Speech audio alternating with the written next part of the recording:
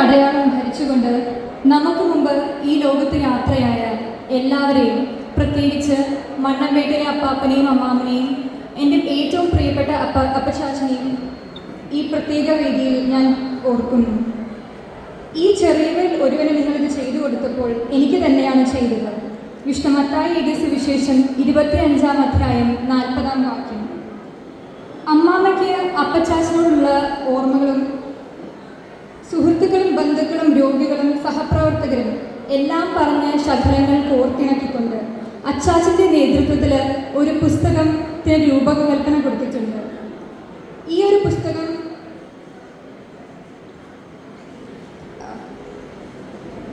ഇത് വരും തലമുറയ്ക്ക് ഒരു മാർഗനിർദ്ദേശിയാവട്ടെ എന്ന് കൊച്ചുമോൾ എന്ന നിലയ്ക്ക് ഞാൻ ആത്മാർത്ഥമായി പ്രാർത്ഥിക്കുന്നു. ഈ ഒരു പുസ്തകം നിങ്ങളെ എവരെയും പരിചയപ്പെടുത്തുവാനും ആശീർവദിക്കാനും പട്ടാമ്പിയിലെ ഞങ്ങളുടെ മുൻ വികാരി അച്ഛനായ ഫാദർ റെനിയെ സ്നേഹപൂർവ്വം ക്ഷണിച്ചുകൊള്ളുന്നു.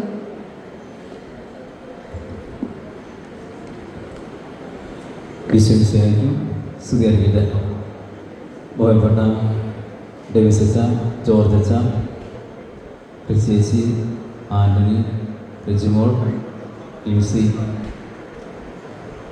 ഡോക്ടർമാരായിട്ടുള്ള അനിൽ, രണ്ടൂർ അനിൽമാരല്ലേ, അനിൽമാർ, ഞാൻ അടക്കമുള്ള മരുമക്കളെ, ഇതൊക്കെ എനിക്ക് കിട്ടിയത് ഈ പുസ്തകത്തിൽ നിന്നാണ്. ഞാൻ ഈ പുസ്തകം 2 പ്രാവശ്യം വായിച്ചു. ആന്റണി പറഞ്ഞിരുന്നു ഇതിനെക്കുറിച്ച് എന്തെങ്കിലും അച്ഛനൊന്ന് വായിച്ചിട്ട് ഒരു നിരൂപണം പോലെ പറയണമെന്ന് പറഞ്ഞു. ഏറ്റവും ഞാൻ സെമിനാരിലായിരുന്നപ്പോഴും അച്ഛനായിരുന്നപ്പോഴും ധാരാളം വിശുദ്ധരുടെ ജീവചരിത്രങ്ങൾ മുഴുവനും വായിച്ചിട്ടുണ്ട്. ഓരോ പുസ്തകം എടുക്കുകയാണെങ്കിൽ മുഴുവൻ വായിച്ചിട്ടുണ്ട്. പക്ഷേ എൻ്റെ ജീവിതത്തിൽ ആദ്യമായിട്ടാണ് ഒരു സാധാരണ വ്യക്തിയുടെ ജീവചരിത്രം മുഴുവനായിട്ട് വായിക്കുന്നത്. അത് ജോസ് ഡോക്ടറെ ആകുമ്പോൾ ഇത്തിരി സന്തോഷമുണ്ട്. ഞാൻ നേരത്തെ പറഞ്ഞ 2 പ്രാവശ്യം വായിച്ചത്, ഒരു പ്രാവശ്യം വായിച്ചത് ഇതിനെക്കുറിച്ച് എന്തെങ്കിലും പഠിക്കാൻ വേണ്ടി പറയാൻ വേണ്ടിയിട്ടാണ്. പക്ഷെ വായിച്ചു കഴിഞ്ഞപ്പോൾ എനിക്ക് മനസ്സിലായത് ഇതൊന്നും കൂടി വായിക്കാൻ പ്രേരണ നൽകുന്ന ഒരു പുസ്തകമാണ്. അപ്പോൾ എനിക്ക് ആദ്യം പറയാനുള്ളത്, നിങ്ങൾ ഇന്ന് ഈ പുസ്തകം ഫ്രീ ആയിട്ട് കൊടുക്കുന്നുണ്ട്, പുളിക്കൽ കുടുംബം എല്ലാവർക്കും കൊടുക്കുന്നു, ഫ്രീ ആയിട്ട് കൊടുക്കുന്നുണ്ട്. പക്ഷേ ഇനിയും ഈ പുസ്തകം നിങ്ങൾ ഫ്രീ ആയിട്ട് കൊടുക്കണം. കാരണം ഈ പുസ്തകം കൊടുത്തിട്ട് നമുക്ക് ജീവിക്കേണ്ട ആവശ്യം പുളിക്കൽ കുടുംബത്തിലുണ്ടെന്ന് എനിക്ക് തോന്നുന്നില്ല. ഇതുപോലെ കൊടുക്കുകയല്ല, ആരെങ്കിലും ചോദിച്ച് പുസ്തകം വരികയാണെങ്കിൽ അവർക്ക് ഫ്രീ ആയിട്ട് പുസ്തകം കൊടുക്കണം. കാരണം അത് വായിക്കുമ്പോഴാണ് മനസ്സിലാവുന്നത് ചേച്ചി എഴുതിയതാണ് തന്നെ അനുഭവത്തിൽ നിന്നൊക്കെ. അതിനൊപ്പം കുറേ പേര് സഹായിച്ചിട്ടുണ്ട്, നമുക്കറിയാം. മക്കളും അതുപോലെ തന്നെ സജി അല്ലേ, സജി, പിന്നെ ഒരു ഡോക്ടർ ചുങ്കത്ത്, രാജു ചുങ്കത്ത്, ഇവരൊക്കെ അതുപോലെ തന്നെ പട്ടാമ്പിയിലും അതുപോലെ തന്നെ ഡോക്ടറുടെ സേവനം കിട്ടിയവരുമായിട്ടുള്ള വ്യക്തികളൊക്കെ ഇതിൽ പ്രതിപാദിച്ചിട്ടുണ്ട്. അപ്പോൾ അത് മൊത്തം വായിച്ചെങ്കിൽ മനസ്സിലായ കാര്യം, ജോസ് ഡോക്ടറുടെ ജീവചരിത്രം മാത്രമല്ല, അത് അവരുടെ കുടുംബത്തിൻ്റെ, പുളിക്കൽ കുടുംബത്തിൻ്റെ ഒരു തുറന്ന പുസ്തകമാണ് ഈ പുസ്തകം എന്ന് പറയുന്നത്. വല്യപ്പച്ചൻ്റെ കാലം മുതലുള്ള കാര്യങ്ങൾ ഇതിൽ പ്രതിപാദിക്കുന്നുണ്ട്.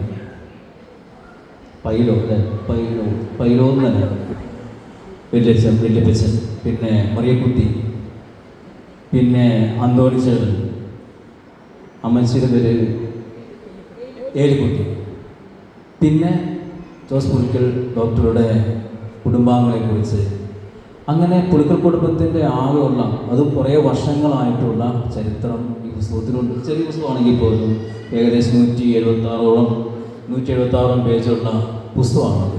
പക്ഷെ നമ്മളവരെ നിങ്ങളിത് വായിക്കണം. ഞാനിവിടെ ഉണ്ടെന്നുള്ള തെളിവ് ഇവിടെ, അല്ലെങ്കിൽ ഞാൻ ഉണ്ടെന്ന് തെളിയിക്കാൻ വേണ്ടി ഒന്ന് പൂക്കിയാൽ മതി. ഒരു കൂവൽ നടത്തിയാൽ ഞാൻ ഉണ്ടെന്ന് മനസ്സിലാവും. പക്ഷേ ഞാനും ഉണ്ടായിരുന്നു എന്ന് മനുഷ്യൻ മനസ്സിലാക്കണമെങ്കിൽ എന്തെങ്കിലുമൊക്കെ പൊൻതൂവലുകൾ ശേഷിച്ചു പോകണം. ഞാനിവിടെ വായിച്ച ഒരു വരികളാണ്. ഞാൻ ഉണ്ടെന്നറിയാൻ വേണ്ടി ഒന്ന് പൂക്കിയാൽ മതി. പക്ഷേ ഞാൻ ഉണ്ടായിരുന്നു എന്ന് മറ്റുള്ള മനസ്സിലാക്കണമെങ്കിൽ എന്തെങ്കിലുമൊക്കെ പൊൻതൂവലുകൾ ശേഷിച്ചു പോകണം. ഈ പുസ്തകം വായിച്ചപ്പോൾ എനിക്ക് മനസ്സിലായ കാര്യം, ജോസ് ഡോക്ടറുടെ പൊൻതൂവലുകളാണ്. 1 2 എന്നല്ല, ധാരാളം പൊൻതൂവലുകൾ ഈ ഇതിൽ പ്രതിപാദിക്കുന്നുണ്ട്. അദ്ദേഹത്തിൻ്റെ മാതൃക, അദ്ദേഹത്തിൻ്റെ വിശ്വാസം, അദ്ദേഹത്തിൻ്റെ ദിനചര്യ, അദ്ദേഹത്തിൻ്റെ ആദർശങ്ങൾ, അദ്ദേഹത്തിൻ്റെ ഉപദേശങ്ങൾ, ധാരാളം പൊൻതൂവലുകൾ, എല്ലാറ്റിനും ഉപരിയായിട്ട് സ്വന്തമായിട്ട് വ്യക്തിത്വം ഉണ്ടായിരുന്ന വ്യക്തി. അതുകൊണ്ട് അങ്ങനെ ധാരാളം പൊന്തോട് സമാഹാരമാണ് സ്നേഹത്തിൻ്റെ കുറിപ്പടികൾ എന്ന് പറയുന്നത്. ഈ പുസ്തകത്തിൻ്റെ പേര് തന്നെ ഡോക്ടറുമായി ബന്ധപ്പെട്ടാണ്. കുറിപ്പടികൾ ഡോക്ടർമാരെ സംബന്ധിച്ചിടത്തോളമാണ്. ആ സ്നേഹത്തിൻ്റെ കുറിപ്പടികൾ എന്ന് പറയുമ്പോൾ അദ്ദേഹത്തിൻ്റെ കുറിപ്പടികൾ ചെപ്പോക്ക് പേനയുടെ ക്രിസൺ വയലറ്റ് കളറുള്ള കുറിപ്പടികളൊക്കെ നമ്മൾ പലരും കണ്ടിട്ടുണ്ടാകാം. ഞാൻ കണ്ടിട്ടുണ്ട്. ഞാൻ പലപ്പോഴും പട്ടാമ്പിലായിരുന്നപ്പോൾ പനിവരുമ്പോഴൊക്കെ ഡോക്ടർ പോയിട്ടുണ്ട്. അപ്പോൾ ആ കുറിപ്പടികൾ കണ്ടിട്ടുണ്ട്. അപ്പോൾ ആ കുറിപ്പടികൾ എന്ന് പറയുമ്പോൾ അത് വെറും എഴുത്തായിരുന്നില്ല, ഓരോ മനുഷ്യ ജീവിതമാണ്. നമുക്കൊരു ഡോക്ടേഴ്സിൻ്റെ അടുത്ത് നിൽക്കുന്ന ഓരോ വ്യക്തികളും ഓരോ ജീവിതങ്ങളാണ്. ആ ജീവിതങ്ങളെ സ്പർശിക്കുക എന്നുള്ളത് വ്യത്യസ്തമായിട്ട് വ്യക്തിത്വമുള്ളവർക്ക് മാത്രമേ സാധിക്കുകയുള്ളൂ. അതുകൊണ്ട് നമുക്ക് ഈ ഇതിൻ്റെ പുസ്തക പ്രചാരകരാകാം. നാളെ പട്ടാമ്പിൽ ഔദ്യോഗിക പ്രഖ്യാപിക്കരുത്.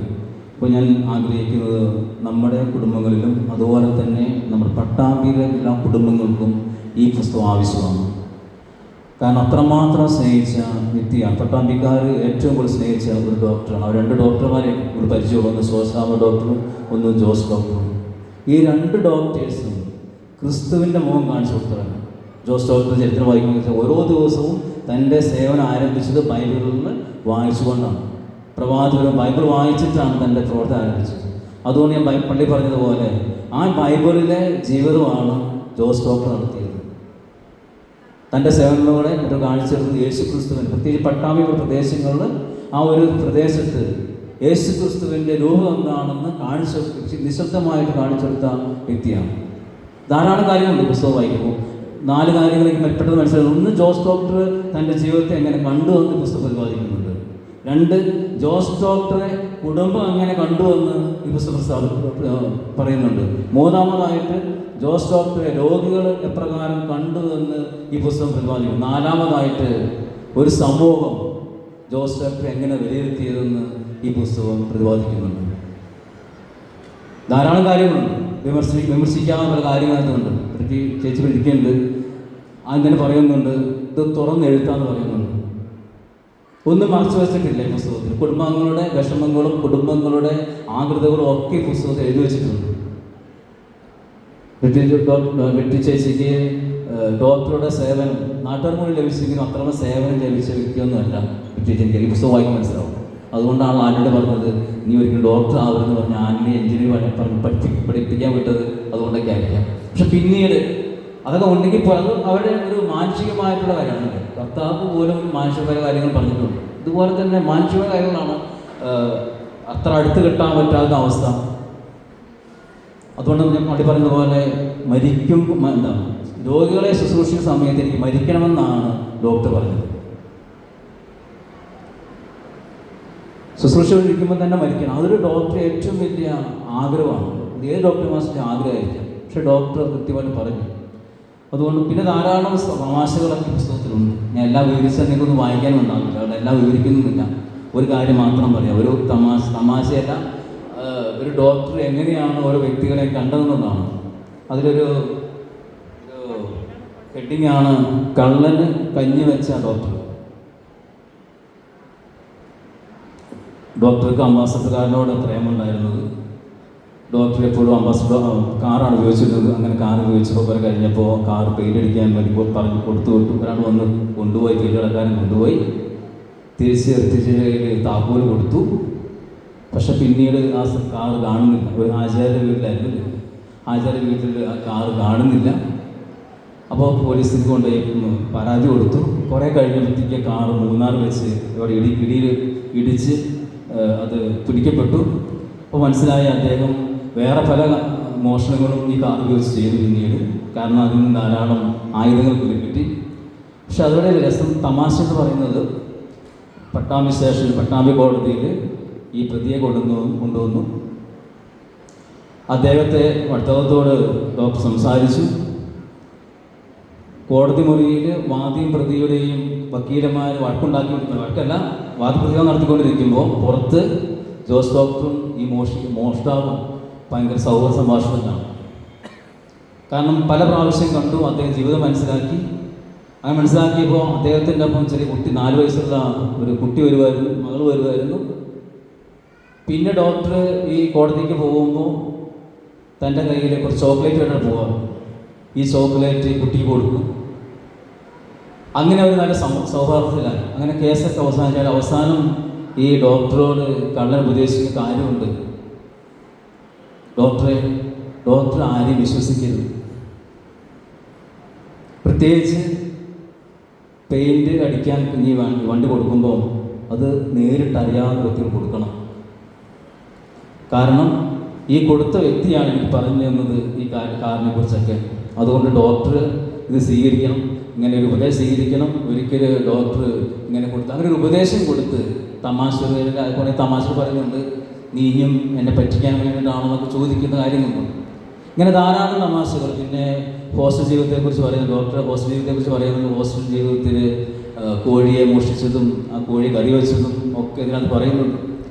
അപ്പോൾ അങ്ങനെ നമുക്ക് വായിക്കാൻ ആർക്കും സാധാരണക്കാരന് വായിക്കാൻ പറ്റുന്ന സാധാരണക്കാരൻ്റെ ഭാഷയിൽ അത് വായിക്കുമ്പോൾ മനസ്സിലാവും. ഞാൻ 2ാം പ്രാവശ്യം വായിച്ചത് വെറുതെ വായിക്കാൻ വേണ്ടി പഠിക്കാൻ വേണ്ടി വായിച്ചതല്ല, എനിക്കിഷ്ടം കൊണ്ട് വായിച്ചതാണ്.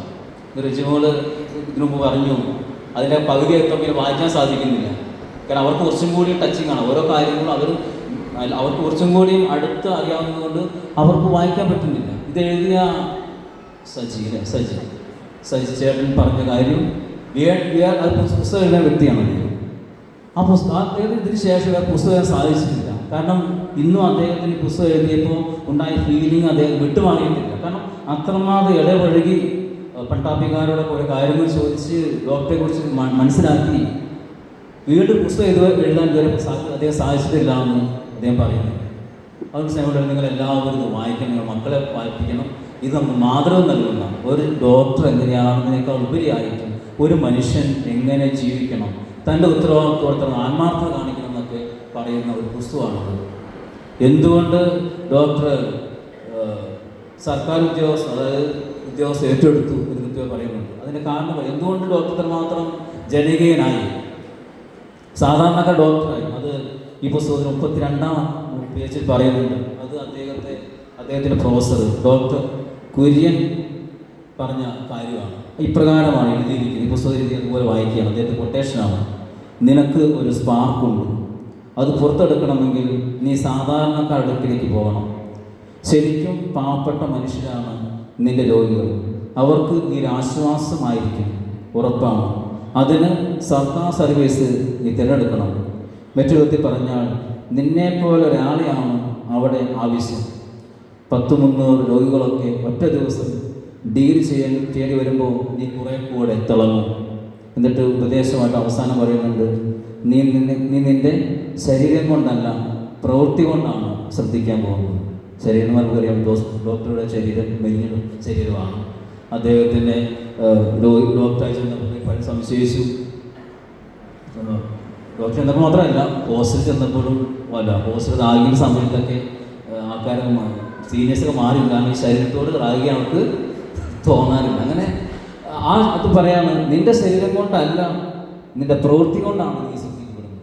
ഞങ്ങളെ ആ ഉപദേശമാണ്. കാരണം തൻ്റെ പ്രാക്ടീസ് കഴിഞ്ഞ് തുടങ്ങിയ 1977 തുടങ്ങിയ ആ ജീവിതം അദ്ദേഹത്തെ അടിസ്ഥാനം എന്ന് പറയുന്നത് ഈ വാക്യമാണ്. ഡോക്ടർ കുര്യൻ പറഞ്ഞ വാക്യമാണ്. അതാണ് അദ്ദേഹം നിറവേറ്റിയത്. ഋതു ചേച്ചി കല്യാണം കഴിച്ചത് പോലും ജോസ് ഡോക്ടർ അമേരിക്ക കൊണ്ടുപോകാൻ വേണ്ടിയിട്ടാണ് അല്ലേ? ഋതു ചേച്ചിയുടെ ആംഗന്മാരൊക്കെ അല്ലേ, സെബാസ്റ്റ്യനൊക്കെ അത് കണ്ടിട്ടാണ് ജോസ് ഡോക്ടറെ കല്യാണം കഴിപ്പിച്ചത്. കല്യാണത്തിന് ശേഷം കല്യാണത്തെക്കുറിച്ച് പറയുന്നുണ്ട്, കല്യാണ ചെക്കനെ കുറിച്ചൊക്കെ ഇതിലൊക്കെ വിവരിക്കുന്നുണ്ട്. ചേച്ചി ആദ്യമായിട്ട് ഡോക്ടർ ചെന്നപ്പോൾ ഡോക്ടറെ കണ്ടിട്ട് സംശയിക്കുന്നു, ഇതന്നെയാണ് ചെക്കൻ. അപ്പം ചേച്ചിയോട് ചോദിച്ചു, ഇതിലെഴുതിയത് എങ്ങനെയാണ്, ചെറുക്കൻ്റെ അനിയനാണത്? ഡോക്ടറെ കണ്ടുകൊണ്ട് ചേച്ചി ചോദിക്കുന്ന കാര്യം, ചെറുക്കൻ്റെ അനിയനാണോ അത്? അപ്പോൾ ചേച്ചി പറഞ്ഞു, അതാണ് ഈ ചെറുക്കൻ, മീശയും കൃതാവും ഇല്ലാത്തത് ഒരാൾ ചെറിയ ആളാണെന്നത്. അന്ന് മീശ ഉണ്ടായിരുന്നില്ല, കൃതാവും ഫാഷനാണതൊക്കെ. താടി മീശയൊക്കെ വരും, ഡോക്ടറല്ലേ അത് മതി എന്ന് ചേച്ചി ഉപദേശിച്ചു. അങ്ങനെയാണ് കല്യാണം കഴിച്ചത്. അപ്പം അത്ര എന്താ പറയുക, ഈ ശരീരം ശോഷിച്ച വ്യക്തി, വലിയ തടിയില്ലാത്ത വ്യക്തി, ഒരു ഡോക്ടറിന് കണ്ടാൽ തോന്നാത്ത വിധത്തിൽ അദ്ദേഹം ജീവിച്ചു. പക്ഷേ അദ്ദേഹത്തിൻ്റെ ജീവിതത്തോടെ കടന്നു പോകുമ്പോൾ സമീപിച്ചപ്പോൾ എല്ലാം മനസ്സിലായി, ഇങ്ങനെ ആയിരിക്കണം ഒരു ഡോക്ടർ, ഇങ്ങനെയായിരിക്കണം ഒരു മനുഷ്യൻ, യഥാർത്ഥ മനുഷ്യനെന്ന് മനസ്സിലാക്കാൻ സാധിച്ചിട്ടുണ്ട്. മനസ്സിലുള്ളവരെ, നമുക്ക് ഈ പുസ്തകത്തിൻ്റെ പ്രചാരകരാകാം, ഈ പുസ്തകം വായിക്കാം, ഈ പുസ്തകം വായിച്ച് ഡോക്ടറുടെ ജീവിതത്തിലെ മാതൃക നമുക്ക് പിഞ്ചെല്ലാം. അതിന് ദൈവം അനുഗ്രഹിക്കട്ടെ. ഇതിൻ്റെ ആഖ്യാന രീതി ഗംഭീരമാണ്. വായിക്കും തോറും വീണ്ടും വായിക്കാൻ തോന്നും. ആർക്കും തന്നെ വായിക്കാൻ മനസ്സിലാവുന്ന കാര്യമാണ്. പല കാര്യം ഞാൻ പറഞ്ഞേക്കാൾ കൂടുതൽ കാര്യം ഇതിനകത്തുണ്ട്. ആ കാര്യങ്ങൾ വായിക്കുക. ഇതിൽ എഴുതിയവരെ അതുപോലെ സഹായിച്ചവരെ പറ്റി ഓർക്കണം, അവരെ അഭിനന്ദിക്കുകയാണ്. ഒരു ചേച്ചിയെയും അതുപോലെ തന്നെ മക്കളെയും എല്ലാ മരുമക്കളെയും കുട്ടികളെയും അതുപോലെ സഹകരിച്ച ഈ കൃതിയിൽ സഹകരിച്ച എല്ലാവർക്കും അഭിനന്ദനങ്ങൾ. എല്ലാവർക്കും നല്ലത് വരട്ടെ. ആ ഡോക്ടറുടെ നല്ല മാതൃക നമുക്ക് സ്വീകരിക്കുകയും ചെയ്യാം. നന്ദി, നമസ്കാരം.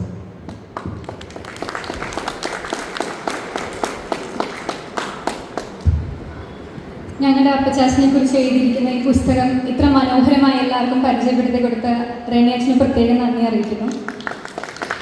അടുത്തതായിട്ട് പുസ്തകം കൈമാറ്റം നടത്തുന്നതിനായി ഏറ്റവും പ്രിയ ബഹുമാനപ്പെട്ട ഡേവിസ് അച്ഛനെ ക്ഷണിച്ചുകൊള്ളുന്നു. അച്ഛൻ ജോർജ് തേറാട്ടിൽ അച്ഛനായിരിക്കും പുസ്തകം കൈമാറ്റം നടത്തുന്നത്.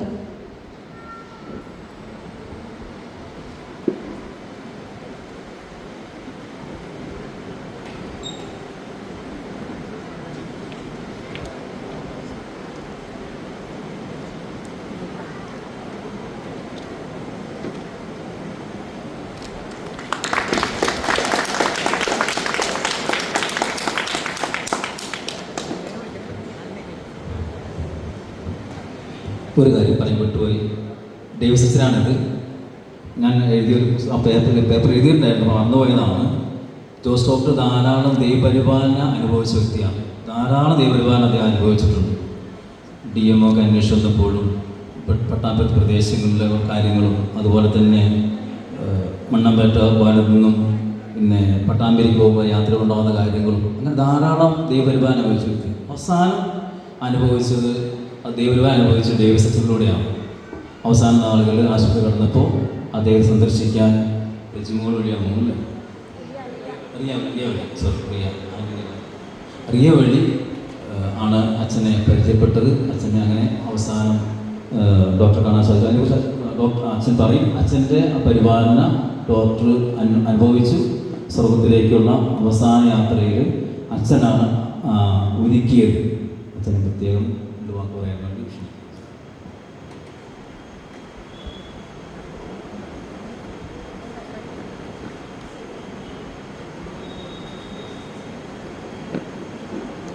സ്നേഹബഹുമാനപ്പെട്ട വൈദികരെ, പ്രിയ കുടുംബാംഗങ്ങളെ,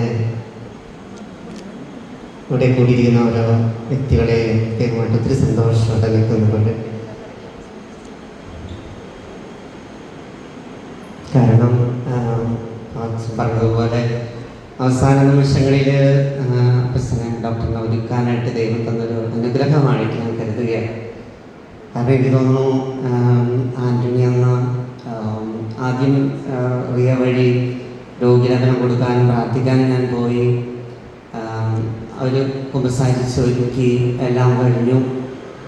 മരിക്കണ അന്ന് ഞാൻ ഓർക്കുന്നത് ആൻ്റണി എന്നെ വിളിച്ചിട്ട് എന്നോട് പറഞ്ഞു, അച്ഛാ ആദ്യം എന്നോട് പറഞ്ഞെങ്കിലും ആ നേരമായപ്പോൾ ആൻ്റണി പറഞ്ഞു, അച്ഛ ഇവിടെ ഭയങ്കര വെള്ളപ്പൊക്കം പോലെയാണ്, ലുലു മാളിൻ്റെ ഫ്രണ്ടിൽ ബ്ലോക്കാണ്, അച്ഛൻ ഇന്ന് വരണ്ട, നാളെ വന്നാലും മതി, ബുദ്ധിമുട്ടി അച്ഛൻ വരണ്ട. ഞാൻ പറഞ്ഞു, എൻ്റെ ബുദ്ധിമുട്ട് ഞാൻ നിങ്ങൾ നോക്കണ്ട, ദൈവം ഇന്ന് തന്നെ വന്ന് പ്രാർത്ഥിക്കാനാണ് ആഗ്രഹിക്കുന്നത്, എനിക്ക് കുഴപ്പമൊന്നുമില്ല, നിങ്ങളുടെ സൗകര്യം നോക്കിയാൽ മതി എന്ന് ഞാൻ പറയുന്നു. എനിക്ക് തോന്നുന്നു ഈ ദിവസങ്ങളിൽ മുഴുവൻ ആൻ്റണി ഇത് എന്നോട് പറഞ്ഞുകൊണ്ടിരിക്കുന്നത്. ഞാനിപ്പോൾ ശരിക്കും പറഞ്ഞാൽ ആൻ്റണി ഇത് ഞാൻ പോയി ബാംഗ്ലൂരിൽ ഇവർ കണ്ടപ്പോഴും അന്ന് മുതൽ ഈ ഡേറ്റ് പറയുന്നുണ്ടെങ്കിലും എനിക്ക് നാളെ കാലത്തൊരു ധ്യാനം തുടങ്ങേണ്ടതുള്ളത് കൊണ്ട് ഞാൻ ആൻ്റണിയോട് പറഞ്ഞു, നമുക്ക് പ്രാർത്ഥിക്കാം, ദൈവം ആഗ്രഹിക്കുന്നുണ്ടെങ്കിൽ എന്നെ കൊണ്ടുവന്നോളും, നിങ്ങളുടെ ആഗ്രഹമാണെങ്കിൽ വിശ്വം നോക്കിക്കോളും, ഞാൻ പൂർണ്ണമായിട്ട് വിശ്വസിക്കുകയാണ്. കാരണം ആൻ്റണി ഇന്നലെ എന്നോട് പറഞ്ഞു, ഞാൻ പറഞ്ഞു ഇന്നിപ്പോൾ ഒരു വേറൊരു ഫംഗ്ഷൻ്റെ ചേട്ടത്തിയമ്മയുടെ അമ്മീച്ചി മരിച്ചതിൻ്റെ ഫംഗ്ഷൻ കഴിഞ്ഞ് അവിടെ നിന്ന് പകുതിക്ക് വെച്ച് ഞാൻ ഇറങ്ങി പോകുന്നത്. ആൻ്റണി ഇന്നലെ പറഞ്ഞു ആൻ്റണിയോട്, ഞാൻ ബൈക്കിന് വന്നോളാം, കുഴപ്പമില്ല, പക്ഷെ ആൻ്റണിക്ക് ഒരു നിർബന്ധമായിരുന്നു, അച്ഛൻ ബുദ്ധിമുട്ടി വരണ്ടെന്ന് പറഞ്ഞെങ്കിൽ ഞാൻ പറഞ്ഞു എൻ്റെ ബുദ്ധിമുട്ട് നോക്കണ്ട. എനിക്ക് എപ്പോഴും അങ്ങനെ തോന്നിപ്പിക്കാറ്. കാരണം എന്ന് വെച്ചാൽ അത് ഞങ്ങളിവിടെ ആയിരിക്കുന്നത് ഞങ്ങളുടെ കഴിവുകൊണ്ടല്ലല്ലോ, നമ്മളൊരു വൈദികനായിട്ടുണ്ട്, ഞങ്ങളുടെ കഴിവുകൊണ്ടല്ല, ഞങ്ങൾ പൂർണ്ണമായിട്ട് വിശ്വസിക്കുകയും.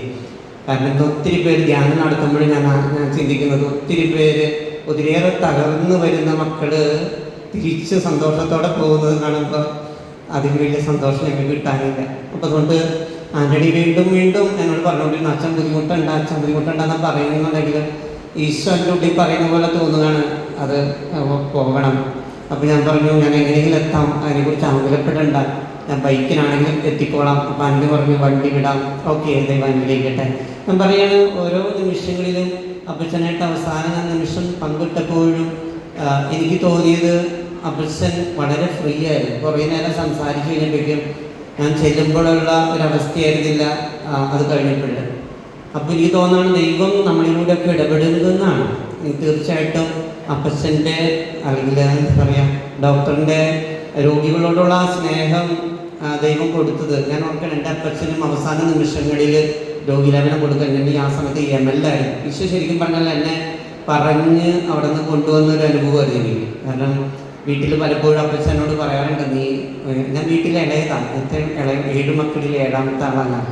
അപ്പോൾ അപ്പച്ചൻ നോക്കുമ്പോൾ ഒരു ഇളയ മകൻ എന്നൊരു കാഴ്ചപ്പാട് അപ്പച്ചൻ ഉണ്ടായിരുന്നു. പക്ഷേ അപ്പച്ചനെ തലേ ദിവസം കുമ്പസാരിപ്പിച്ച് ഒരുക്കി അപ്പച്ചൻ സ്വർഗത്തിലേക്ക് പറഞ്ഞു വിടാൻ പറ്റിയൊരു ഭാഗ്യം എന്ന് പറഞ്ഞാൽ ഞങ്ങൾ വീട്ടിൽ 2 അച്ഛന്മാരാണ്. എൻ്റെ ചേട്ടനച്ഛൻ 1 മാസം നിന്നെങ്കിലും ചേട്ടന് കിട്ടാത്ത വലിയ അനുഗ്രഹമാണ് ഞാൻ നോക്കുമ്പോഴേ ഈശോയുടെ വീട്ടിൽ പ്രാർത്ഥിക്കുന്ന എനിക്ക് തോന്നുന്നു എനിക്ക് ദൈവം തന്നത്. കാരണം അപ്പച്ചൻ ഒരുക്കി അവസാന നിമിഷങ്ങളിൽ പ്രധാനപ്പെട്ട എന്താ പറയുക അവസാനത്തെ കർമ്മം ഈ ലോകത്ത് നമുക്ക് കിട്ടാൻ പറ്റുന്ന കത്തോലിക്ക സഭയുടെ പഠനമനുസരിച്ച് ഏറ്റവും പ്രധാനപ്പെട്ട രോഗിലേപനം കൊടുത്തു വിടുക എന്ന് വെച്ചാൽ അതൊരു വലിയൊരു അനുഗ്രഹം. എനിക്ക് തോന്നുന്നു ഇപ്പോൾ ഡോക്ടറെ കുറിച്ച് സംസാരിക്കുമ്പോഴേ എനിക്ക് തോന്നുന്നത് ഡോക്ടർ അനുഗ്രഹിക്കപ്പെട്ട ഒരു വ്യക്തിയാണ്. ഞാൻ പല ധ്യാനങ്ങൾ നടത്തുമ്പോഴും ഞാൻ പറഞ്ഞു കൊടുക്കാറുണ്ട്, നമ്മുടെ ജീവിതത്തിൻ്റെ വിശുദ്ധി എന്ന് പറയുന്നത് നമ്മൾ ജീവിച്ചിരിക്കുമ്പോഴല്ല, ശരിക്കും പറഞ്ഞാൽ നമ്മൾ മരിക്കുന്ന സമയത്തും അതുപോലെ തന്നെ മരണശേഷമാണ് നമ്മുടെ ജീവിതത്തിൻ്റെ അച്ഛൻ പറഞ്ഞതുപോലെ നമ്മുടെ സാന്നിധ്യം പിന്നീടും വ്യക്തികൾക്ക് മനസ്സിലാക്കാൻ പറ്റുന്നത് നമ്മുടെ മരണശേഷം. അപ്പോൾ അത് എനിക്ക് തോന്നുന്നു ഇവിടെ കൂടിയിരിക്കുന്ന ഈ ജനത്തെ കാണുമ്പോൾ എനിക്ക് തോന്നുന്നു അപ്പച്ചൻ അല്ലെങ്കിൽ ഡോക്ടർ ഇന്ന് നമ്മുടെ കൂടെയുണ്ട്. അതിൻ്റെ ഒരു അടയാളമാണ്. ഡോക്ടർ രോഗികളോട് കാണിച്ച ആ വലിയ സ്നേഹത്തിൻ്റെ വലിയ അടയാളമാണ് ഇവിടെ കൂടിയിരിക്കുന്നത്. എനിക്കും ഇവിടെ വരാൻ സാധിച്ചെങ്കിൽ ഡോക്ടറിൻ്റെ ഉള്ളിൽ സ്വർഗത്തിൽ നിന്ന് നമുക്ക് വേണ്ടി പ്രാർത്ഥിക്കുന്നുണ്ട്. തീർച്ചയായിട്ടും അതാണ് ഞാൻ പ്രത്യേകമായിട്ട് എനിക്ക് മനസ്സിലാക്കാൻ സാധിക്കും. ഞാൻ ഒന്നും പറയണമെന്ന് വിചാരിച്ച് വന്നതല്ല, പക്ഷേ പെട്ടെന്ന് കാരണം എനിക്കറിയാം അപ്പച്ചൻ്റെ കൂടെ ഡോക്ടറിൻ്റെ കൂടെ അവസാന നിമിഷം സ്പെൻഡ് ചെയ്ത പല കാര്യങ്ങളും എൻ്റെ മനസ്സിലേക്ക് വരുന്നത് കൊണ്ടാണ് എനിക്ക് സ്വതന്ത്രമായിട്ട് സംസാരിക്കാൻ പറ്റാത്തത്. എന്തെങ്കിലും ആവട്ടെ ഡോക്ടറിൻ്റെ വലിയ സാന്നിധ്യമുണ്ട്. അപ്പോൾ നമുക്കതെല്ലാം നമ്മൾ ഇങ്ങനത്തെ ഒരു ഫംഗ്ഷന് പങ്കെടുക്കുമ്പോൾ അച്ഛൻ പറയുന്നതുപോലെ ഈ പുസ്തകം വായിക്കുമ്പോൾ നാം ചിന്തിക്കേണ്ടത് എങ്ങനെയാണ്, എൻ്റെ ജീവിതത്തിൽ എങ്ങനെയാണ് ഇങ്ങനത്തെ നല്ല മാതൃകകൾ എനിക്ക് അനുകരിക്കാൻ പറ്റും, എനിക്ക് എങ്ങനെയാണ് ഈ നല്ല മാതൃകകൾ. നമ്മുടെ കൂടെ എന്തോരം വിശുദ്ധരുണ്ടെന്ന് അറിയാമോ? നമ്മുടെ കൂടെ നമ്മൾ സഭ അംഗീകരിക്കുന്ന വിശുദ്ധരല്ല, നമ്മുടെ കൂടെ ഒത്തിരി വിശുദ്ധരുണ്ട്. അമ്മച്ചി പറഞ്ഞത് ഞാൻ ഓർക്കുകയാണ്, ഓരോരുത്തർ കണ്ട് അതിനുശേഷം ഡോക്ടറെ കുറിച്ച് പറഞ്ഞത് കേട്ടപ്പോൾ ഇത്രയും വലിയ മനുഷ്യൻ്റെ ഭാര്യയായിട്ട് ജീവിച്ചതാണല്ലോ എന്ന് ഇപ്പോഴാണ് മനസ്സിലാകുന്നത്. അപ്പോൾ നമ്മൾ ശരിക്കും പറഞ്ഞാൽ നമ്മുടെ കൂടെ ഉള്ളപ്പോൾ മനുഷ്യ മക്കളെ മനസ്സിലാക്കാൻ സാധിക്കുന്ന അതൊരു വലിയൊരു അനുഗ്രഹം. ഞാൻ പറഞ്ഞു ധ്യാനിപ്പിക്കുന്ന സമയത്ത് ഒത്തിരി പേര് ചിലപ്പോൾ നമ്മൾ പറയുന്നൊരു വാക്കായിരിക്കും അവരെ സ്പർശിക്കുന്നത്. ചിലപ്പോൾ ഈശോ അങ്ങനെ തോന്നിപ്പിച്ച് ഓരോ കാര്യങ്ങൾ പറയിപ്പിക്കുമ്പോൾ അവർ പിന്നീട് പറയും അച്ഛൻ അന്ന് ഇന്നത് പറഞ്ഞു, നമ്മൾ പോലും ഓർത്തിരിക്കുന്നുണ്ടാവില്ല.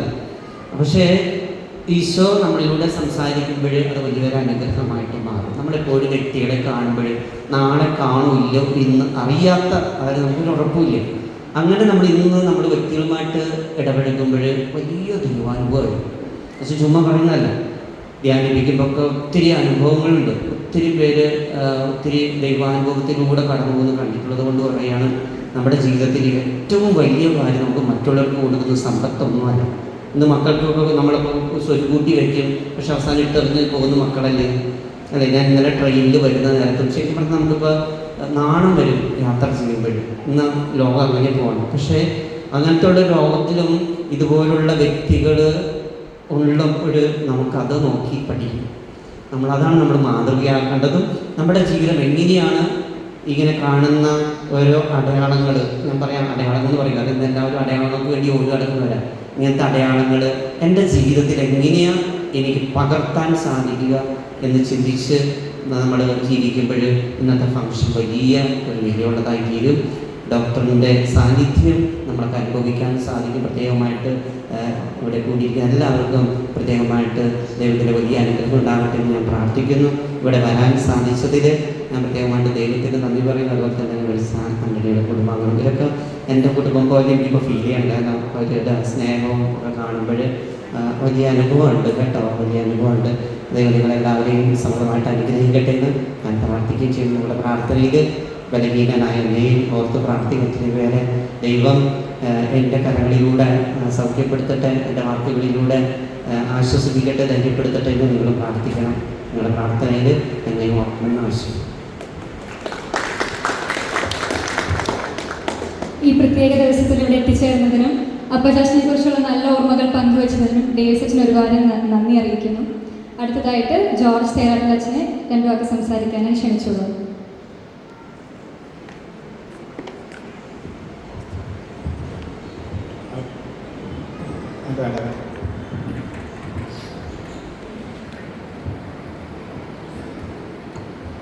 എത്രയും പ്രിയ അച്ഛന്മാർ, ഇവിടെ വന്നിരിക്കുന്ന പ്രിയ സ്നേഹിതർ, ഡോക്ടർ ജോസിൻ്റെ ചരമവാർഷികത്തിൽ പങ്കെടുക്കാനും നിങ്ങളോട് രണ്ട് വാക്ക് പറയാനും എനിക്ക് വലിയ സന്തോഷമുണ്ട്. അതേസമയം ദുഃഖവുമുണ്ട്. ഇതുപോലെയുള്ള ഒരു അനുസ്മരണ യോഗം സാധാരണ നിലയിൽ ഒരു ഡോക്ടറിൻ്റേതായിട്ടുള്ള അനുസ്മരണ യോഗത്തിൽ ഞാൻ ആദ്യമായിട്ടാണ് പങ്കെടുക്കുന്നത് പറഞ്ഞു കഴിഞ്ഞാൽ അതിശയോക്തിയൊന്നുമില്ല.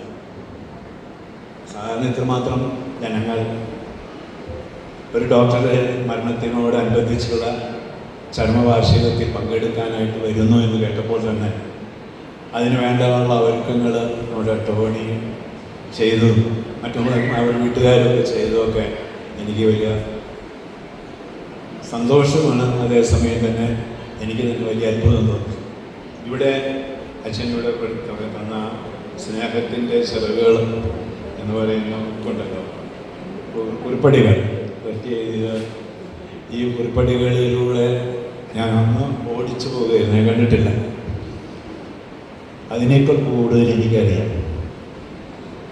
നിങ്ങൾ എഴുതിയത് റെറ്റിയിൽ നിന്ന് കുറേ കാലം ഉണ്ടല്ലോ. നിങ്ങൾക്കൊന്നും അറിയില്ല ചെറുപ്പത്തിൽ എന്തൊക്കെയാണ് ഉണ്ടായിട്ടുള്ളത്. എനിക്കറിയാം. ടോണിക്ക് കുറച്ചൊക്കെ അറിയാം, ആൻ്റണിക്കും അതൊക്കെ അറിയാം. അതുപോലെ തന്നെ ഈ ചരമവാർഷികത്തോടനുബന്ധിച്ച് എനിക്ക് നിങ്ങളോട് സംസാരിക്കാനുള്ളത്, അധികം നേരം സംസാരിച്ച് നിങ്ങളെ ഞാൻ വിഷപ്പിനാക്കും. എല്ലാവരും പോകാൻ തിരക്കുള്ളവരാണ്. പക്ഷെ പറയാണ്ടതായി പറഞ്ഞേ തീരും. എനിക്കതൊരു കർമ്മയുണ്ട്. പ്രിയ സഹോദരികളെ, ഡോക്ടർ ജോസ് ഞാനുമായിട്ട് വളരെ അടുപ്പത്തിൽ തന്നെയായിരുന്നു. പക്ഷെ ഞാൻ ഒരു പുരോഹിതനായിട്ട് മാറിപ്പോവുകയും ജോസ് ഒരു ഡോക്ടറാവുകയും ചെയ്തതിന് ശേഷം അത്ര വലിയ കോണ്ടാക്റ്റൊന്നുമില്ല. പക്ഷെ അതേസമയം തന്നെ ചെറുപ്പത്തിലേ ഞങ്ങൾ വീട്ടിലൊക്കെ വന്ന്, ഞങ്ങളുടെ വീട്ടിൽ അവിടെ വന്ന് പലപ്പോഴും ഞാൻ അമ്മ എലിക്കുട്ടി വീട്ടിലിട്ട് ഇങ്ങനെ അന്തോണിച്ചോട്ടനായിട്ട് പല കാര്യങ്ങൾ സംസാരിക്കാറുണ്ട്. കൊച്ചു കൊച്ചു കാര്യങ്ങൾ, ഭക്ഷണം കഴിക്കാറുണ്ട്, ചക്ക മുറിച്ച് തിന്നാറുണ്ട്. ഇങ്ങനെയൊക്കെ പല കാര്യങ്ങളും കൊച്ചു നാടിൽ ചെയ്തിട്ടുള്ള കാര്യങ്ങൾ എൻ്റെ സ്മരണയിൽ വരികയാണ്. ഒരു കാര്യം ഞാൻ ഈ അടുത്ത കാലത്ത് അറിഞ്ഞത് തന്നെ ചെയ്യും. ഡോക്ടർ ജോസ് ഇത്രമാത്രം രോഗികളെ ശുശ്രൂഷിച്ചിരുന്നു, സേവനം ചെയ്തിരുന്നു എന്ന് കേട്ടപ്പോൾ എനിക്ക് തന്നെ വല്ലാത്ത ഒരു വേദന അനുഭവപ്പെടുക. എനിക്കത് അനുഭവിക്കാൻ പറ്റിയില്ലല്ലോ എന്നുള്ളത്. പട്ടാമ്പിയിലാണ് ഏറ്റവും കൂടുതൽ തൻ്റേതായിട്ടുള്ള സേവന രംഗമുള്ളത്. പല സ്ഥലങ്ങളിലുണ്ട്. പക്ഷെ ഏറ്റവും കൂടുതൽ 40-45 വർഷത്തോളം പട്ടാമ്പിയിലെ ഒരു മെഡിക്കൽ കോളേജിന് പകരമായിട്ടുള്ള ഒരു കോളേജായിരുന്നു ഈ ഡോക്ടർ ജോസിൻ്റെ വീട് എന്ന് പറഞ്ഞു കഴിഞ്ഞാൽ അതിശയോക്തിയൊന്നുമില്ല. തൃശ്ശൂർ 2-3 മെഡിക്കൽ കോളേജുണ്ട്. അതോടനുബന്ധിച്ചുള്ള ഒരു മെഡിക്കൽ കോളേജാണ് പട്ടാമ്പിയിലെ ഡോക്ടർ ജോസിൻ്റെ കുടുംബം എന്ന് പറഞ്ഞു കഴിഞ്ഞാൽ വളരെ അർത്ഥവത്തായിട്ടുള്ളതാണ്. എത്രമാത്രം രോഗികളാണ് അവിടെ വന്നിരുന്നത്, എത്രമാത്രം രോഗികളാണ് ശുശ്രൂഷ ചെയ്ത് സേവനം ചെയ്തത്. ഇന്ന് ഇവിടെ ആങ്കർ പറഞ്ഞിട്ടുള്ള ആ പ്രസംഗത്തിൽ അല്ലെങ്കിൽ തൻ്റെ അഭിപ്രായത്തിൽ പറഞ്ഞു, സുവിശേഷം മത്തായിയുടെ സുവിശേഷം 25-ാമത്തെ അധ്യായത്തിൽ വായിച്ചതിൽ എന്താണ്? രോഗികളായിട്ടുള്ളവർക്കുള്ള ശുശ്രൂഷ ചെയ്യും. ഞങ്ങൾക്ക് വിശന്നു, എനിക്ക് ദാഹിച്ചു, എനിക്ക് ഭക്ഷിക്കാൻ തന്നു, എനിക്ക് വിശപ്പ് നടക്കാൻ തന്നു, രോഗികളെ സന്ദർശിച്ചു, രോഗികൾക്കുള്ള വേണ്ട വിധത്തിലുള്ള ശുശ്രൂഷ. ഈ രോഗികളെ ശുശ്രൂഷിക്കുക എന്നുള്ള ആ നിലപാട് ഈ ഡോക്ടർ ജോസ് ഏറ്റെടുത്തിട്ട് തൻ്റെ ജീവിതത്തിൽ 45 കൊല്ലത്തോളം ഇല്ലേ, എത്രമാത്രം രോഗികളെയൊക്കെ ആശ്വാസം കൊടുത്തു, സമാശ്വാസം കൊടുത്തു എന്ന് പറഞ്ഞു കഴിഞ്ഞാൽ അതിനൊരു കണക്കൊന്നുമില്ല. എത്രമാത്രം രോഗികൾ അവിടെ വന്നു. ഇന്ന് ആ രോഗികൾക്ക് ശുശ്രൂഷ പരീക്ഷ പറഞ്ഞതാണ്, ഈ രോഗികൾക്ക് ഇവർക്കൊക്കെ ചെയ്തു കൊടുത്തപ്പോഴൊക്കെ എനിക്ക് തന്നെയാണ് ചെയ്തു തന്നത്. അപ്പോൾ നമുക്ക് ഒന്നൊരു ഉറപ്പിക്കാം, എനിക്ക് തന്നെയാണ് ചെയ്തു തന്നതെന്ന് പറഞ്ഞാൽ ആ വാക്ക് യേശുവിൻ്റെ വാക്കാണ്. നമ്മുടെ ഡോക്ടർ ചെയ്തത് എന്താണ്? രോഗികൾ അനേകായിരം പേർക്ക് വേണ്ട വിധത്തിൽ ചെയ്തു കൊടുക്കുമ്പോൾ ശുശ്രൂഷയൊക്കെ നടത്തിയതൊക്കെ യേശുവിൻ്റെ നാമത്തിലാണ്, യേശുവിനെയാണ്. ഇപ്പം മരിച്ചു കഴിഞ്ഞിട്ട് ഒരു വർഷം ആകുന്നു. ഈ വർഷത്തിനുള്ളിൽ എത്രമാത്രം രോഗികൾക്ക് സേവനം കിട്ടിയിട്ടുണ്ടെന്ന് അറിയാമോ? നിങ്ങൾക്ക് അറിയാൻ പാടുണ്ടോ? നിങ്ങളത് ചിന്തിച്ചിട്ടുണ്ടാവില്ല. സ്വർഗത്തിലിരുന്നും ആ രോഗികൾക്ക് വേണ്ടിയിട്ട് പ്രാർത്ഥിക്കുന്ന ഒരു വ്യക്തിയാണ് ഡോക്ടർ ജോസ് എന്ന് പറഞ്ഞു കഴിഞ്ഞാൽ അതിന് അതിശയോക്തിയൊന്നുമില്ല. കഴിഞ്ഞൊരു ദിവസം ഒരു സ്ത്രീ എൻ്റെ അടുക്കൽ വന്നു പ്രാർത്ഥിക്കാനായിട്ട്. മകളെ കൊണ്ടാണ്, തീരെ നിവൃത്തിയില്ലാത്തൊരു 10-15 വയസ്സ് പ്രായമായിട്ടുള്ള പെൺകുട്ടി കരയായിരുന്നു. ഈ പെൺകുട്ടിയുടെ രോഗം മാറുന്നില്ല, പക്ഷെ ഒന്ന് പ്രാർത്ഥിക്കണമെന്ന് പറഞ്ഞിട്ടാണ് എൻ്റെ അടുക്കൽ വന്നത്. ഞാൻ പ്രാർത്ഥിക്കാമെന്ന് പറഞ്ഞു. പക്ഷെ ആ ഒരു പ്രാർത്ഥനയെ പറഞ്ഞു കൊടുത്തു കഴിഞ്ഞിട്ട് എന്താ പറയാൻ കാരണം എന്ന് ചോദിച്ചു. ഞാൻ ഇന്നലെ രാത്രി, ഇന്ന് പുലർച്ചയോട് എഴുന്നേറ്റ് വരുന്നതിന് മുന്നേ എൻ്റെ മനസ്സിൽ ആ വീട്ടുകാരെ ഓർത്തു, ആ രോഗിയായിട്ടുള്ള കുഞ്ഞിനെ ഓർത്തു. തീരെ ഒന്നും ചെയ്യാൻ പറ്റില്ല, വീട്ടുകാർക്ക് വളരെ ബുദ്ധിമുട്ട്. അത്രമാത്രം വിഷമിക്കുന്ന ഒരു കുടുംബസ്ത്രീ, 14 വയസ്സ് പ്രായമായിട്ടുള്ള അമ്മ, ഒരിക്കലും ഒരു സ്ഥലത്തേക്ക് മാറിപ്പോകാൻ പറ്റില്ല. ഈ പെൺകുട്ടിയെ നോക്കണം. എന്നിട്ട് പറഞ്ഞു കഴിഞ്ഞപ്പോൾ ആ കരച്ചിലെ കണ്ടപ്പോൾ ഇന്ന് ഞാൻ എന്ത് ചെയ്തെന്ന് പറയും, ഇന്ന് പുലർച്ചയ്ക്ക് 4 മണിയാകുമ്പോഴേക്കും എഴുന്നേറ്റു. ഇനി എല്ലാ ദിവസവും രാവിലെ 4 മണിക്ക് എഴുന്നേറ്റു. ആദ്യത്തെ പ്രാർത്ഥന സ്വർഗസ്ഥനായ പിതാവേ ചൊല്ലും. അത് കഴിഞ്ഞിട്ട് പിന്നെ വേണ്ട പ്രാർത്ഥിക്കാൻ വരുമ്പോൾ വീണ്ടും പ്രാർത്ഥിച്ചു. എന്താണ് അത്? ജോസിന് വേണ്ടിയിട്ടാണ്. ജോസിന് വേണ്ടി പ്രാർത്ഥിച്ചു. അതേസമയം തന്നെ ജോസിനോട് ഞാൻ പ്രാർത്ഥിച്ചു. ജോസേ എന്നാ പറഞ്ഞു, ഡോക്ടറെ നല്ല വിളിച്ചത്, എൻ്റെ കൂട്ടുകാരനാണ്. ജോസ് ഒരു കാര്യമുണ്ട്, ഇങ്ങനെ ഒരു കൂട്ടുകാരുണ്ട്, ഒരു വീട്ടുകാരൻ വളരെ വിഷമിക്കുന്നതാണ്. ഈ തമ്പുരാനോട് ചോദിച്ച അനുഗ്രഹങ്ങൾ കൊടുക്കണം. എനിക്ക് പൂർണ്ണമായ വിശ്വാസമാണ്. ജോസ് പ്രാർത്ഥന ഡോക്ടർ പ്രാർത്ഥിക്കും സ്വർഗത്തിൽ ഇരുന്ന് പിതാവായ ദൈവം. കാരണം എന്താ? ഈ മനുഷ്യനെ ചെയ്തു കൊടുത്തപ്പോഴേക്കെല്ലാം എനിക്ക് തന്നെയാണ് ചെയ്തു തന്നത് എന്ന് പറഞ്ഞ യേശുവിൻ്റെ വാക്കുകൾക്കനുസരിച്ച് ഇന്നും സ്വർഗത്തിലിരുന്ന് പ്രാർത്ഥിക്കുന്നുണ്ട്. ഇത് റെട്ടിക്കറിയാം, സ്വർഗത്തിലിരുന്ന് പ്രാർത്ഥിക്കുന്നുണ്ട്. ആ മക്കൾക്ക് അറിയാം. മക്കളൊക്കെ എവിടെയായാലും ശരി, നിങ്ങളുടെ അപ്പച്ചൻ അവിടെ ഇരുന്ന് പ്രാർത്ഥിക്കുന്നുണ്ട്. ജീവിച്ചിരിക്കുന്ന ഒരു വ്യക്തി എന്നത് പറയാം. അതുകൊണ്ടാണ് ഞാൻ പറയുന്നത്, ഈ ലോകത്തിൽ എത്രമാത്രം കഷ്ടപ്പാടുകൾ സഹിക്കുന്നവരെയും ഒറ്റ പൈസ ഒന്നും വാങ്ങിക്കുന്ന പതിവൊന്നുമില്ല. കണക്ക് പറയുന്ന ഒരു ഏർപ്പാടില്ല. പല ഡോക്ടർമാരാണ് ഇവിടെ, പല ഡോക്ടർമാരോട് ഇരിപ്പുണ്ട്. കണക്ക് പറഞ്ഞ് വാങ്ങിക്കുന്നതല്ല, സാധാരണ ജില്ലയിൽ ചിട്ടപ്രകാരം കൊടുക്കുന്നതാണ്. പക്ഷെ ഇദ്ദേഹത്തിന് എന്താ, തരുന്നത് വാങ്ങിക്കുന്നു, കൊടുക്കുന്നു, അത് നല്ലേക്കാൾ അപ്പുറത്ത് വേറെ കൊടുക്കും. ഇതൊക്കെ ചെയ്യാനായിട്ട് സാധിച്ചത് എന്താണെന്ന് അറിയാമോ? ഇതൊക്കെ കുടുംബത്തിൻ്റെ ഒരു പാരമ്പര്യമാണ്. കുടുംബത്തിൽ നിന്ന് കിട്ടിയിട്ടുള്ള ആ പ്രാഗൽഭ്യമാണ്, ഒരു മഹത്മ്യമാണ്. ഈ ജോസ് ഡോക്ടറുടെയും മക്കളുടെയും ആയിട്ടുള്ള അപ്പച്ചനുണ്ടല്ലോ, ആൻ്റണി അന്തോണി, ഇത്രമാത്രം ഈ മണ്ണമ്പേട്ടയിലുള്ളവർക്ക് വേണ്ടി ചെയ്തു എന്നുള്ളത് അത് ആർക്കും അറിയില്ല, രഹസ്യമാണ്. പരസ്യമായിട്ട് ഒന്നിനും പോകും, എല്ലാം ചെയ്യും. ആരുടെ വീടുകളിൽ ചെന്ന് സന്ദർശിക്കും, അവർക്ക് ആശ്വാസം കൊടുക്കും. പക്ഷേ രാഷ്ട്രീയ പാർട്ടിക്കാരെ പോലെയോ അല്ലെങ്കിൽ സഭാ നേതൃത്വത്തിൻ്റെ പോലെയോ ഒന്നിനും പോകുന്ന ആളല്ലായിരുന്നു അന്തോണിച്ചേട്ടൻ. അവർക്ക് കൊടുത്തു, എന്തിനും ചെയ്യും. അങ്ങനെയുള്ള കുടുംബത്തിലെ അന്തോണിച്ചേട്ടനും അത് കണ്ട് ഭാര്യ എഴുതി കുടുംബത്തിലെ പാരമ്പര്യം ഈ മക്കൾക്കും കിട്ടിയിട്ടുണ്ട്. അത് ഇന്നും അനുവർത്തിക്കുന്നുണ്ട്. അത് ജോസ് ഡോക്ടർക്ക് കിട്ടിയിട്ടുണ്ട്. അതുകൊണ്ട് ഡോക്ടർ ജോസ് ഇത് ചെയ്യുന്നു. പണത്തിനൊന്നും ആർത്തിയൊന്നുമില്ല. ദൈവം തമ്പുരാൻ കഴിഞ്ഞ് അനുഗ്രഹിച്ചു. അതാണ് പ്രത്യേകത. ദൈവം കൊടുത്തിട്ടുണ്ട്. അപ്പോൾ ദൈവം കൊടുത്തത് തന്നെ നന്ദി പറയാനും തന്നെ കൊണ്ട് സാധിക്കാവുന്നിടത്തോളം മറ്റുള്ളവർക്ക് സേവനം ചെയ്യാനും അവർക്ക് സാധിച്ചു. ഇനി ഞാൻ ഇവിടെ ഇരിക്കുന്ന ഡോക്ടർമാർ ആരെങ്കിലും ഉണ്ടെങ്കിൽ തന്നെ അവരൊന്ന് അറിയാനായിട്ടുണ്ട്.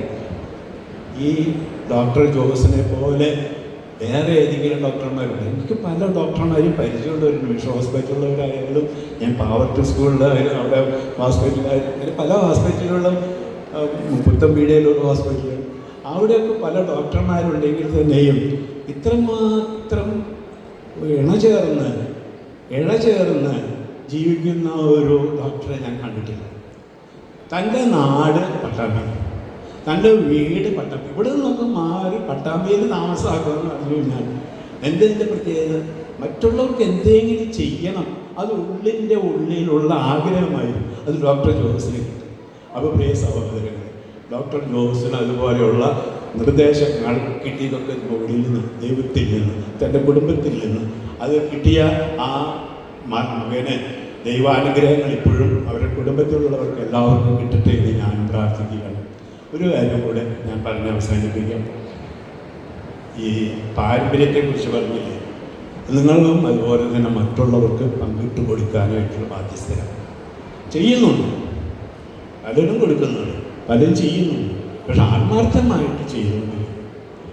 ഞാൻ സെമിനാരിയിൽ പോകുന്ന ഒരു സമയം നിങ്ങൾക്ക് ആർക്കും അറിയില്ല, ഈ ഇവിടെയുള്ള മണ്ണമ്പേട്ടയുള്ളവർക്കൊന്നും ആർക്കും അറിയില്ല, ഒറ്റയ്ക്കൊന്നും അറിയില്ല. സെമിനാരിയിലേക്ക് പോകുന്ന സമയത്ത് ഞങ്ങൾക്ക് സെമിനാരിയിൽ നിന്ന് ഒരു ലിസ്റ്റ് കിട്ടും. ഡ്രസ്സ് ഇത്രമാത്രം, ഷർട്ട് 6 എണ്ണം, മുണ്ട് 6, പിന്നെ അതുപോലെ തന്നെ ബനി എന്ന് പറഞ്ഞിട്ട് ഞങ്ങൾക്ക് കിട്ടും. ഇപ്പം ഞങ്ങൾ വീട്ടിൽ അന്ന് വളരെ ബുദ്ധിമുട്ടാണ്, പൈസയ്ക്കുള്ള ബുദ്ധിമുട്ട്.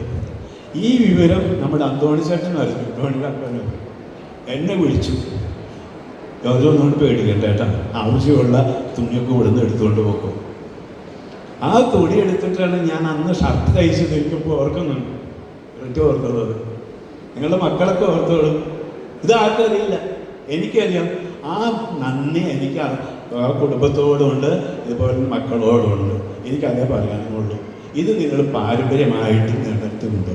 മറ്റുള്ളവരെ സഹായിക്കാനുള്ള ഒരു മനോഭാവം ഇനിയും നിങ്ങൾക്കുണ്ടാകട്ടെ. മറ്റുള്ള ഡോക്ടർമാർക്ക് ഇതുപോലെ തന്നെ സേവനം ചെയ്യാനുള്ള ഒരു മനോഭാവം ഉണ്ടാകട്ടെ എന്ന് പ്രാർത്ഥിച്ചുകൊണ്ട് എൻ്റെ വാക്കുകൾ ഞാൻ ചുരുക്കുന്നു. നിങ്ങൾക്ക് ഏവർക്കും ഈ മംഗളത്തിൻ്റെ ഈ ദിവസത്തിൻ്റെ ആശംസകൾ നേരുന്നതോടൊപ്പം തന്നെ ജോസിന് വേണ്ടിയിട്ട് ആത്മാർത്ഥമായിട്ട് പ്രാർത്ഥിക്കുന്നു. ദൈവം അനുഗ്രഹിക്കട്ടെ. അത്യുന്നതനായ ദൈവത്തിൻ്റെ നാമത്തിന് സ്തുതി ഉണ്ടായിരിക്കട്ടെ, മഹത്വം ഉണ്ടായിരിക്കട്ടെ എന്ന് പ്രാർത്ഥനയോടുകൂടെ അവസാനിപ്പിക്കുന്നു.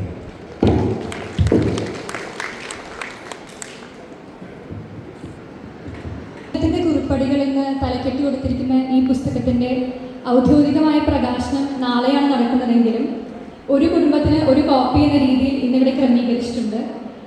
അടുത്ത ബന്ധുക്കളെല്ലാവരും തന്നെ ഒരു കോപ്പി വീട്ടിലേക്ക് കൊണ്ടുപോകണമെന്ന് അഭ്യർത്ഥിക്കുന്നു. ദൈവസ്നേഹത്തിൻ്റെയും പരസ്നേഹത്തിൻ്റെയും മൂല്യം ഉയർത്തിപ്പിടിക്കാൻ വരും തലമുറയ്ക്ക് ഒരു പ്രചോദനമാകട്ടെ എന്ന് ആഗ്രഹിക്കുകയും ചെയ്യുന്നു. ഒരിക്കൽ കൂടി ഇന്നിവിടെ എത്തിച്ചേർന്നിരിക്കുന്ന എല്ലാവർക്കും നന്ദി അറിയിച്ചുകൊണ്ട് ഞാൻ നിർത്തുന്നു. നന്ദി.